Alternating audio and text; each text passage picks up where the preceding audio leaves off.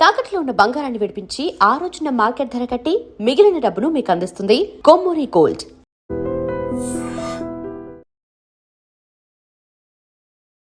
నమస్కారం, welcome to I dream. ధర్మ మార్గం విత్ విజిత కార్యక్రమానికి స్వాగతం.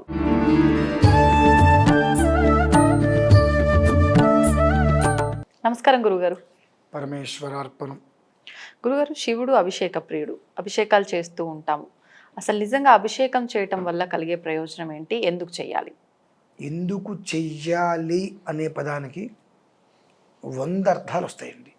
అంటే 100 విధానాలని వివరించవచ్చు. ఓకే. ఎందుకైనా చేయాల్సిందే. ఎందుకు చేయాలి? ఎందుకైనా చేయాల్సిందే. ఇదే విషయం పార్వతీదేవి అడిగిందండి పరమేశ్వరుణ్ణి.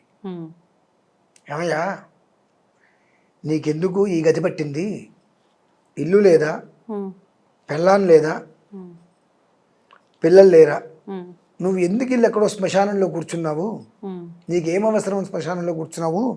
పిచ్చివాడివే నువ్వు అంటే ఈశ్వరుడు అంటారట, పార్వతి, నాకు ఇల్లు లేక కాదు, ఇంత స్థలం లేక కాదు, భూమండలం మొత్తము నాదే, భూమండలం మొత్తము నాదే. నేను ఎక్కడికి వెళ్ళినా ఎందుకు వెళ్ళావు అనేది అడిగేవారు ఎవరు లేరు. నేను ఎక్కడ ఉన్నా ఎందుకు ఉన్నా అని అడిగేవాళ్ళు లేరు. కానీ శ్మశానంలోనే ఎందుకు ఉంటున్నానో తెలుసా పార్వతి? అంటే అభిషేకం ఎందుకు చెయ్యాలి అన్నారు కదా, దానికి మూలమండి.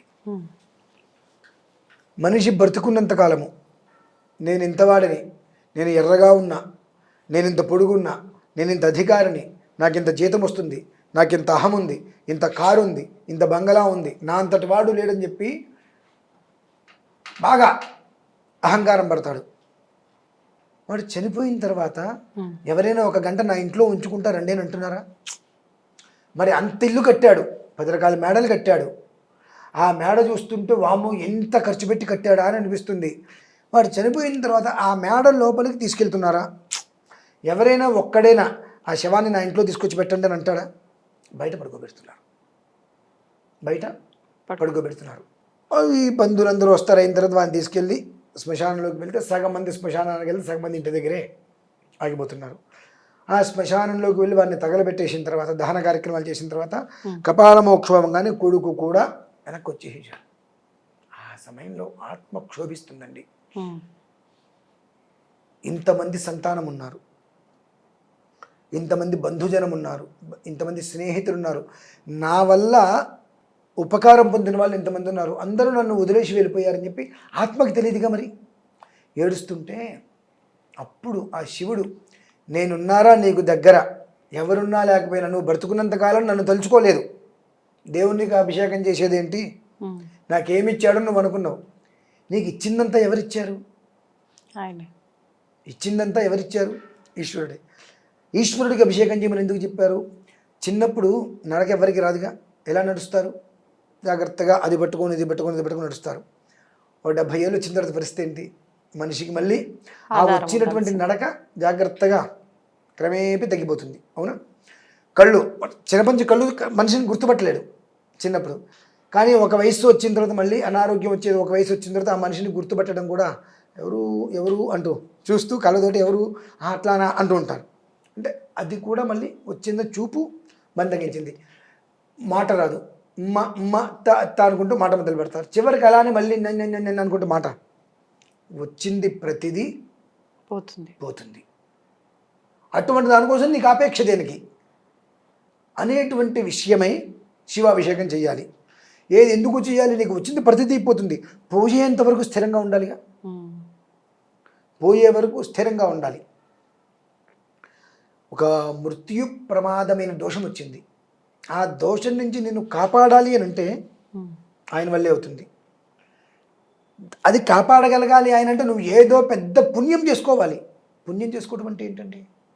శివారాధన. పుణ్యమే శివారాధన. దానికి మించిన పుణ్యం ఉందా? లేదు. ఎందువల్ల లేదు? ఇందులో చెప్పబడింది, శివం శాంతం జగన్నాథం లోకానుగ్రహకారణం, గ్రహకారకం రెండు, శివమేకం పరం వందే అని చెప్పి అందులోనే మనకు చెప్పబడి ఉంది. అటువంటిది వాగర్ధావివ సంపృక్తు వాగర్ధ ప్రతిపత్తే జగత పితరో వందే. దేశ పితరో వందే అని లేదుగా, రాష్ట్ర పితరో వందే అని లేదుగా, జగత్తు మొత్తానికి తల్లిదండ్రులు పరమేశ్వరుడు.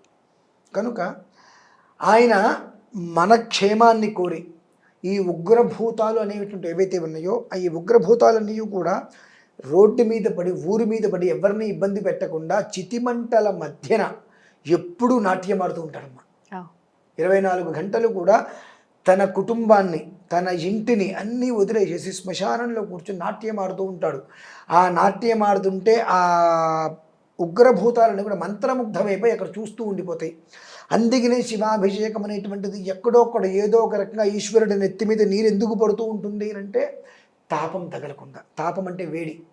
ఆ వేడి ఆయనకి తగలకుండా ఆయన్ని ఎంత తృప్తిపరుస్తూ ఆయన్ని ఎంత చల్లపరుస్తూ ఉంటే శివలింగం వేడెక్కకూడదు ఎప్పుడు కూడా.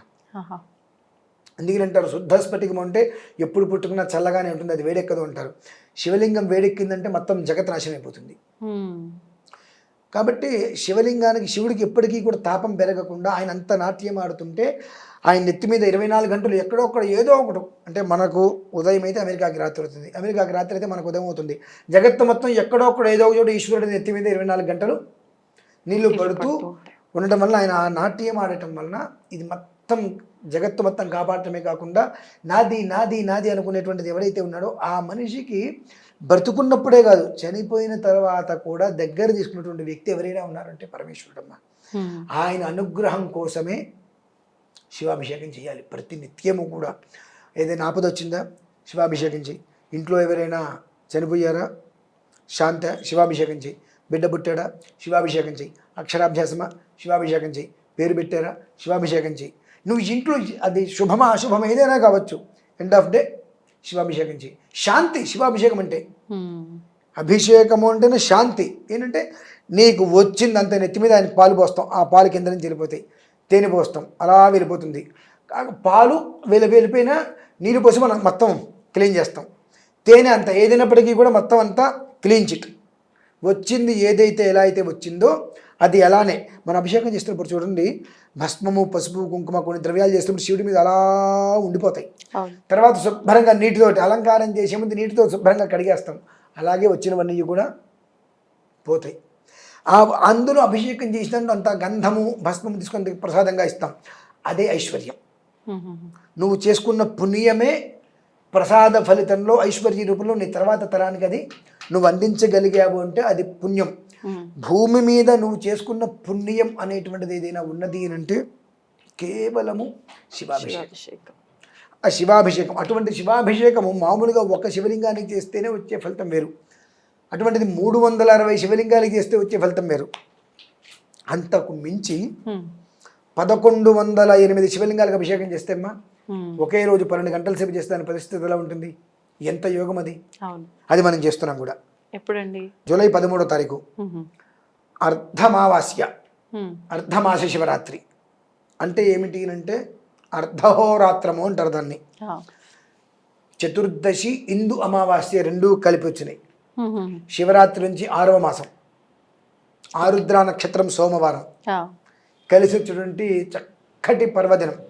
ఇటు సాయంత్రం సమయానికి అమావాస్య, సాయంత్రం వరకు చతుర్దశి, సంధికాలం, ప్రదోషకాలం, అర్ధాహోరాత్రం 12 గంటల పాటు ఏకధాటిగా ఈశ్వరుడికి రుద్రాభిషేకం 1108 శివలింగాలకి ప్రత్యేకంగా 12 గంటల సేపు అభిషేకం కూడా నిర్వహిస్తున్నామమ్మా. మరి అటువంటి అంటే ఒక శివలింగానికి అభిషేకం చేస్తే ఆయన సంతోషపడతాడు అన్నప్పుడు ఈ విధానంలో 12 గంటల సేపు 1108 శివలింగాలకు మనం అభిషేకం చేయటం అంటే జన్మ తరించేస్తుందమ్మా. ఇప్పుడు ఈ సంఖ్య ఏంటి గురుగారు? 1108. ఇది కైలాస యంత్రము అంటారు. కైలాస యంత్రము అని అంటారు. ఇవి మొత్తం 16 ఆవరణార్చన, 16 ఆవరణార్చనలు ఉంటాయి. ఈశ్వరుడి దగ్గరికి వెళ్ళాలి అని అంటే ప్రత్యేకంగా ఇప్పుడు కింద నుంచి ఒక్కొక్కరి అనుమతి తీసుకొని మనం పెద్దవాళ్ళ దగ్గరికి ఎలా వెళ్తామో అలానే 15 మందిని దాటి 16 వ్యక్తిగా శివుడి దగ్గరికి మనం వెళ్ళాలి. ఆ శివుడి దగ్గరికి మనం వెళ్ళాము అని అంటే అంతకు మించిన జన్మ ఇంకేముంటుందండి. అలా 1108 అనేటువంటిది 11 అంటేనే రుద్రం. రుద్రం అంటే 11 అంటే రుద్రం. ఏకాదశి అని రుద్రైకాదశి అని అంటారు. ఈ రకంగా 16 ఆవరణార్చనతో వెళ్ళి 1108 శివలింగానికి అర్చన చేయటం అంటే జన్మ చరితార్థమే కదమ్మా. అంతకు మించి ఇంకేం కావాలి చెప్పండి. అది కూడా జూలై 13వ తారీఖు చాలా అద్వితీయంగా జరుగుతుంది. ఈ శివాభిషేకం ఎందుకు చెయ్యాలి? ఇందుకోసమే చెయ్యాలి. నీకు ఏమీ లేదని నువ్వు అనుకుంటున్నావు, నీకు లేనిదేదీ లేదు, కానీ అసంతృప్తి అనేటువంటిది నీకు ఏది లేదు అనుకుంటున్నావు కదా, దాన్ని కూడా తీసి పక్కన పడేసేసి లేదు అనేటువంటి పదం లేకుండా 24 గంటలు ఎప్పుడూ కూడా నీకు తోడుగా ఉంటాడు ఆయన. ఇంకొక మాట చెప్పంటారమ్మా, మనమందరము నా కుటుంబం చాలా కష్టంలో ఉంది, నా కుటుంబం చాలా కష్టంలో ఉంది, నా కష్టం నీకేం తెలుసు, భగవంతుడు నా కష్టం తీరుస్తాడా అని అంటూ ఉంటాం. కొంచెం ఆలోచన ఉండాలి. శివ కుటుంబం గురించి తెలుసమ్మా, ఆయనకున్న కష్టాలతో పోలిస్తే మనం ఎంత, మన జీవితం ఎంత. కుడితొట్లో ఎలుక, అసలు అది అది అంత కూడా పోల్చుకోలేం. కుడితొట్లో చిన్న పురుగు, చిన్న ఈగ మనమా, శివుడు కుటుంబంతో పోల్చుకుంటే. అంటే శివుడు, అమ్మవారు, సుబ్రహ్మణ్యేశ్వరుడు, గణపతి, నలుగురు ఉన్నారు. వాళ్ళకేంటండి కష్టాలు అంటారు. దేవుళ్ళకి కూడా కష్టాలు ఉన్నాయి. నిజమే. శివుడి వాహనం నంది, అమ్మవారి వాహనం సింహం, సుబ్రహ్మణ్యేశ్వరుడి వాహనం నెమలి, గణపతి వాహనం ఎలుక, ఈశ్వరుడి మెల్లో ఉండేటువంటిది పాము. ఈ ఐదిట్లకి జాతి వైరం ఉంది. ఈ ఐదిట్లకి జాతి వైరం ఉంది. ఆ ఎలుకను చూసి పాము ఫోన్ ఉంటుంది. ఆ పాము ఎక్కడ ఉంటుంది, ఈశ్వరుడి కంఠాన్ని చుట్టూ. అసలే ఆయన నీలకంఠుడు ఇక్కడ విషం పెట్టుకొని ఉన్నాడు. అయినా ఆ పాము మెడకు చుట్టుకున్నటువంటి పాము ఉఫ్ఫను ముందుకెళ్ళేటప్పటికి ఆయనకి ఆ పాము చుట్టూ కాస్త ఉరిలాగా బిగుసుకుంటుంది. ఆయన ఏదో తపస్సు చేసుకోవడం కోసం నంది మీద కూర్చుంటాడు. సింహం వచ్చి ఎద్దు వంక చూస్తుంది, ఎద్దు బెదురుతుంది, ఈయన గజగజ కదిలిపోతాడు. ఆ గణపతి వచ్చి ఎక్కడ కూర్చుంటాడు, పాపం ఎలుక మీద కూర్చుంటాడు. పాము ఏం చేస్తుంది, ఎలుక వంక చూస్తుంది కదా, మరి అలాగే నెమలి పాము వంక చూస్తుంది, పాము బెదురుతుంది. ఆ సుబ్రహ్మణ్య స్వామి సరిగా కూర్చోలేడు. ఎంత కర్మ అండి మరి. అంటే కానీ ఈ జాతి వైరం అంటే 5 ఎవరి దగ్గర ఉన్నాయి, శివుడి యొక్క పరిసరాలలో ఉన్నాయి, శివుడి ప్రాంతంలో ఉన్నాయి. కాబట్టి శాంతంగా వైరం మర్చిపోయి కలిసి ఉన్నాయి. వాటితో పోలిస్తే మన కుటుంబాలు ఎంతండి. అంటే క్రూరమైన మృగాలు ఉన్నప్పటికీ కూడా శివుడి యొక్క పరివారంలో ఉండబట్టి శాంతంగా ఉన్నాయి. మనం మనుషులం, జంతువుల వరకు వెళ్తారు, మనకే ఒకరంటే ఒకటి పరిచయవదు. మన గురించి మనకే అర్థం చేసుకోలేము, మన గురించి మనమే వ్యవహారం చేసుకోలేము. పైవచ్చు ఇన్ని కష్టాలు ఉన్నప్పటికీ కూడా సుఖంగా నవ్వుతుంటాడు ఆయన. ఆయన గురించి మనం మాట్లాడతామా, మనకి ఏమాత్రమైనా హక్కు ఉందని మాట్లాడటానికి. కాబట్టి ఇటువంటి విషయాల నుంచి బయటపడటానికి శివాభిషేకం. ఇప్పుడు ఈ అభిషేకంలో ఎవరైనా పాల్గొనే అవకాశం, ఎవరిష్టం వాళ్ళది. 1108 శివలింగాలకి విశేషంగా 12 గంటలు అర్చనమ్మ. 12 గంటల్లో మీకు 12 సెకండ్లు కూడా మధ్యలో గ్యాప్ రాదు, అని అభిషేకం జరుగుతుంది ఖచ్చితంగా. ధన్యవాదాలు గురుగారు. పరమేశ్వరార్పణం. తవ్వండి, తవ్వుతూనే శివలింగం. సరే, దాన్ని అట్లా కప్పేసేయండి, చూపించదండి. Krishna is there. మూర్తి పూజ కాదు, సాక్షాత్ బ్రజేంద్ర నందన భగవాన్ ఉన్నారు మూర్తిలో. ఏమీ ఆశించకుండా ఆరాధించే వాళ్ళు కూడా ఉన్నారా ప్రభుజీ? నిజమైన భక్తి అంటే మనకు తెలియదు కాబట్టి